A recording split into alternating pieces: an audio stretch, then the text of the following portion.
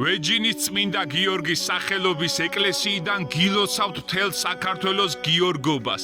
წმინდა გიორგიზე მინდა გითხრათ 2-20 სიტყვა 275 წელს დაიბადა.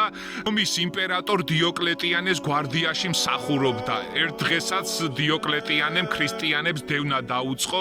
წმინდა გიორგი, დიდი მოწამე გიორგი ქრისტეს სახელს ქადაგებდა, იესო ქრისტეს სიყვარულით ცხოვრობდა. დიდმა იმპერატორმა კი დაიწყო დევნა ქრისტიანებს მოწამე გიორგის თხოვეს ქრისტიანობის დაგმობა და ქრისტეს რჯულის უარყოფა. ზეც დიდ მოწამე გიორგიმ კატეგორიული უარი განაცხადა.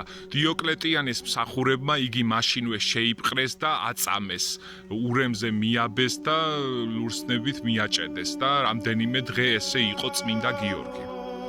წამებიდან მეორე დღეს წმინდა გიორგის ანგელოზი გამოეცხადა და ის იარები მოურჩინა, მოუშუშა, რაზეც განრისხებული და შეშინებული დაცვის თანამშრომლები გაიქცნენ მაშინვე იმპერატორთან. განრისხებულმა დიოკლეტიანემ მიუგო, თუ შენი ღმერთი ყოვლის შემძლია, მაშინ რომელიმე მიცვალებული გააცოცხლოსო.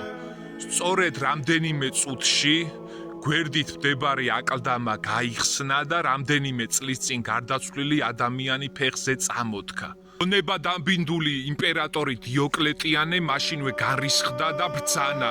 აეხლავე ჩააგდეთ გიორგის საპყრობილეშიო. საპყრობილეში წმინდა გიორგის მრავალი დაავადებული, დასნეულებული ადამიანი სტუმრობდა და ისინი წმინდა გიორგი მათ კურნავდა. დედოფალმა ალექსანდრამ როგორც კი გაიგო წმინდა გიორგის შესახებ, მან მაშინვე ირწმუნა ქრისტესი, ირწმუნა ქრისტიანობის, რაზეც იმპერატორი განრისხდა და 303 წლის დიდ პარასკევს 23 აპრილს წმინდა გიორგის თავი მოჰკვეთა. ასევე აწამა მისი მეუღლე ალექსანდრაც, რომელიც იმავე წამს გარდაიცვალა. დიდება უფალს წმინდა გიორგის ძალა გფარავდეთ მთელ საქართველოს.